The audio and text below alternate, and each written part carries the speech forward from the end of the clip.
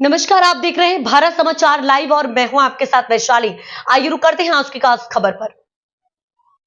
डांग जिले के शामगाहन क्षेत्र में किसानों को सिंचाई की सुविधा उपलब्ध कराने के उद्देश्य से सरकार द्वारा करोड़ों रुपए की लागत से चेक डैम निर्माण कार्य करवाया गया। हालांकि इन कार्यों में गंभीर अनियमितताओं और भ्रष्टाचार के आरोप सामने आने के बाद स्थानीय ग्रामीणों में भारी रोष देखा जा रहा है। नर्मदा जल संस्थान, जलापूर्ति एवं कल्पसर विभाग विहार द्वारा ब्रह्मवाड़ गांव में एक, जोगबारी गांव में 2 बार तथा बारीपाड़ा और चिरपाड़ा गांवों में कुल मिलाकर 5 चेकडैमों को मंजूरी दी गई थी।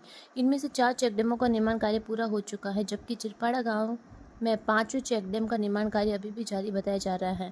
स्थानीय युवा सामाजिक कार्यकर्ता नितिन भाई राउत को ग्रामीण से मिली शिकायतों के आधार पर उन्होंने संबंधित स्थलों का दौरा कर निर्माण कार्यों को निरीक्षण किया। नमस्कार, હું આજે જોગબારી ખાતે જે નવો હાઇડ્રોલિક ચેક ડેમ બન્યો છે ત્યાં આવ્યો છે।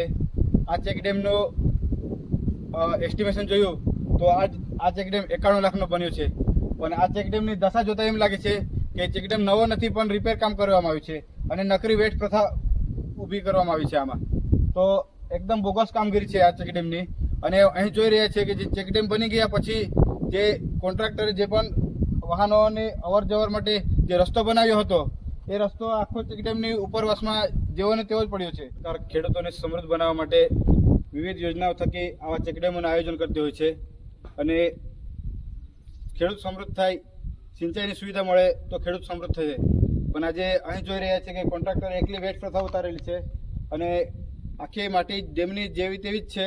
તો પાણી આવશે તો આખી માટી ભરાઈને આખો માટીથી ડેમ ભરાઈ જાય, પાણીથી નહીં પણ માટીથી ડેમ ભરાઈ જશે। તો એમાં પાણીનો સ્ત્રોત જ કઈ રીતે રહેશે? જો પાણીનો સ્ત્રોત જ નહીં રહે તો ખેડૂતે એ ડેમ જે બનાવ્યો છે એ ખેડૂતોની સિંચાઈ માટે કઈ રીતે ઉપયોગમાં આવશે? અને અહીં જોતા ખબર પડે છે કે જે કોન્ટ્રાક્ટર છે આજુબાજુની જમીનોમાં પણ એટલું બધું ખોદકામ કરીને ખેડૂતોની જમીનોને નુકસાન કરી નાખ્યું છે, પણ પાછું એણે જમીન સરખી કરી દેવાનો એ વાયદો કર્યો હતો, પણ એ આખી નકરી એવું ને એવું જ કરીને એ કોન્ટ્રાક્ટર અહીંથી નીકળી ગયા છે।